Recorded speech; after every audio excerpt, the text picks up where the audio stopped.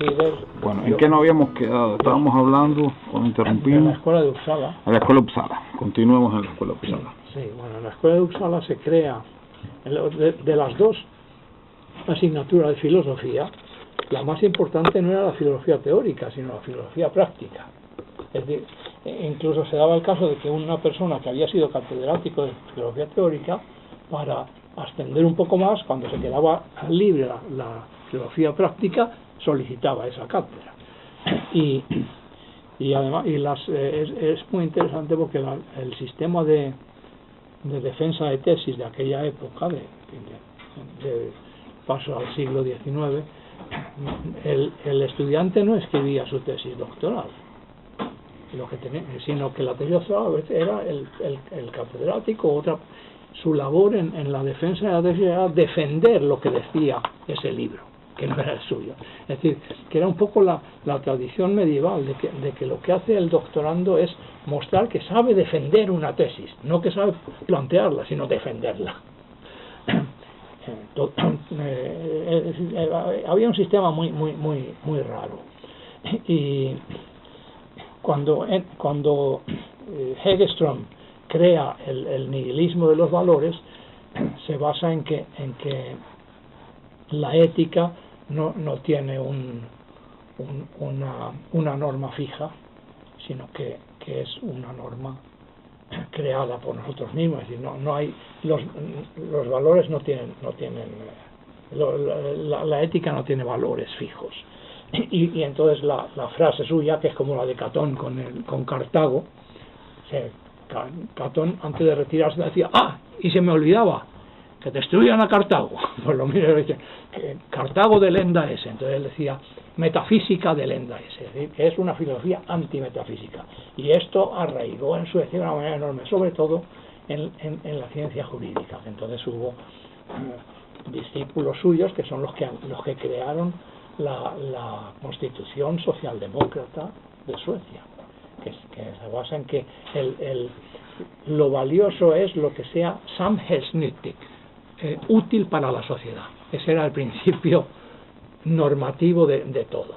Déjeme hacer una pregunta. ¿Esta filosofía nihilista no choca con un Estado que tiene a la Iglesia inserta dentro de él mismo? ¿No hubo un conflicto entre ese pensamiento filosófico y el mismo Estado que había integrado a la Iglesia? Bueno, ese conflicto se plantea precisamente cuando yo llegué a Uppsala. Entonces había allí un catedrático de filosofía práctica, Hedenius, que se distinguió por la lucha contra la fe. Entonces, en Suecia incluso los teólogos no son creyentes. Hay teólogos que hablan uno de ellos, pues este tío es y la teología es una cosa muy, sí, es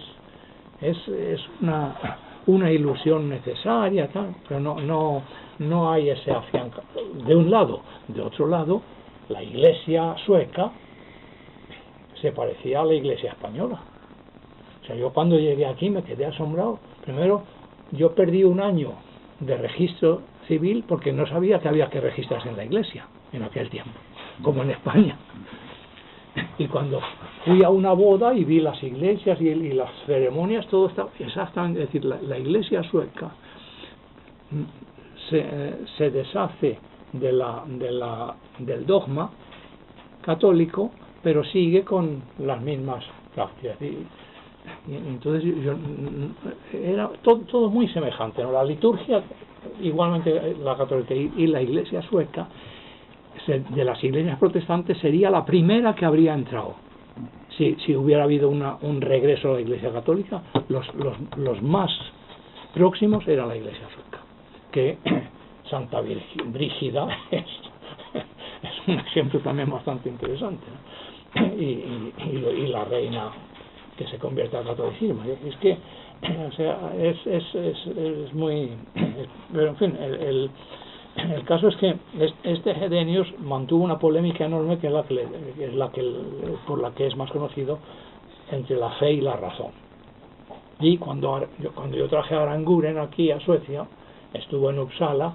Entonces Aranguren era un hombre abierto, quería hablar de Aristóteles y de Marx y de quien fuera, ¿no? Entonces, con los suecos no podía hablar de eso, porque yo no estaba más que en su línea. Y así ha estado pues hasta hace poco. Entonces, a mí la filosofía sueca, sí, saqué algunos justificantes, me dieron buena nota y tal, pero al final a mí no me interesaba la filosofía sueca porque yo venía con filosofía continental. Y lo que me pasó es que entonces yo me aparté de la universidad un tiempo, porque tenía que trabajar. Además estuve dando clases de español en un instituto de bachillerato, aunque hubo, o sea, yo siempre he tenido bastantes controversias, porque yo he tratado de hacer tareas tan calificadas como las de ellos, y entonces a mí siempre me han tenido miedo, ¿no? Cuando yo solicité una plaza en un instituto de bachillerato para enseñar español, que yo tenía ya había sacado en sueco con mi documentación como sueca, como profesor de español, aunque ya la trae de España. Entonces me viene una orden del ministerio que no, usted no puede, ya me habían dado hasta las llaves, ya estaba en la lista, no, usted no puede enseñar. ¿En qué año es?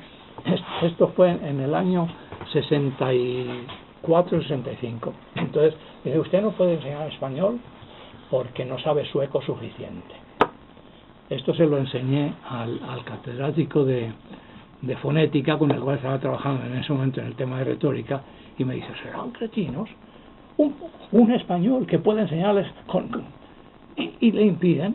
Yo puedo demostrar que usted sabe suficientemente sueco. O sea, este es un ejemplo de mi experiencia de Suecia. O sea, yo siempre he encontrado, yo no he entrado nunca pidiendo a que me ayuden, sino he entrado a decir, bueno, de ponerme de igual a igual. Yo puedo aportar esto. Entonces, esto les aterra, sobre todo a los hombres. Las mujeres eran más abiertas. Hoy día el feminismo ha corrompido también a la mujer y la ha hecho machista, pero en aquel tiempo yo recuerdo que cuando tenía que buscar comprensión, siempre buscaba un funcionario que fuera del sexo femenino, porque los suecos eran unos tipos tremendos, ¿no? Aquí salió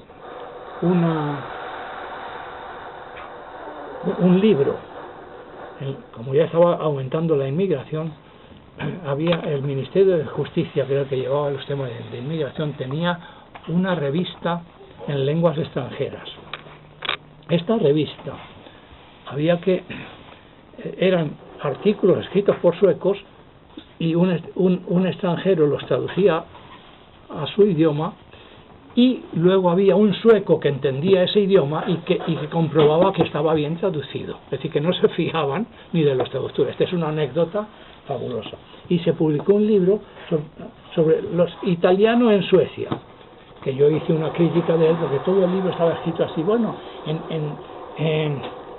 para poder ganar lo suficiente para comprarse un coche hay que trabajar bastante, aunque se sea sueco. Es decir, estaba lleno de frases de estas, de que no, y en Suecia no se soborna a los funcionarios.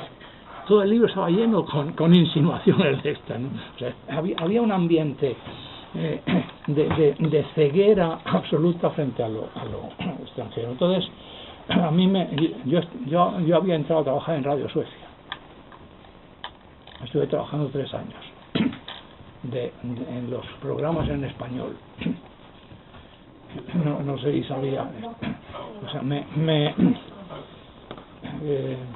un amigo me dijo, hombre, en Radio Suecia podrías entrar en verano, necesitan gente y tal. Yo fui allí, había una sección de español en la cual había un español que había vivido en Alemania también, que se llamaba Mercado, y que yo noté que estaba muy receloso, y es que en esa época estaban ya los comunistas españoles tratando de infiltrar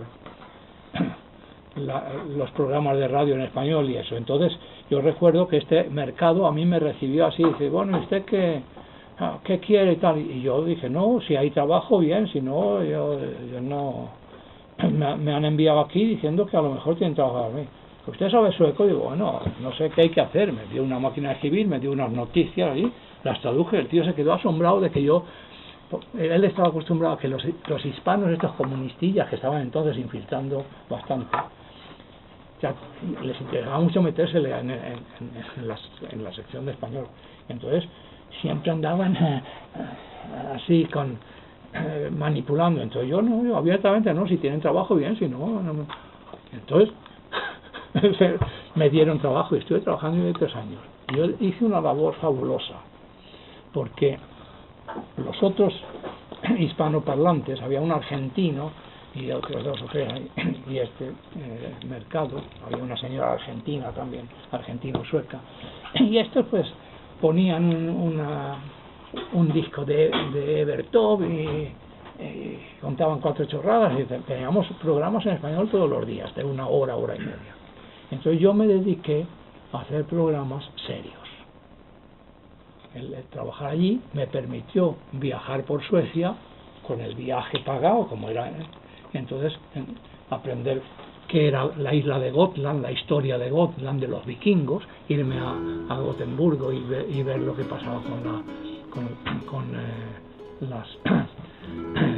la industria de navíos, hacer entrevistas.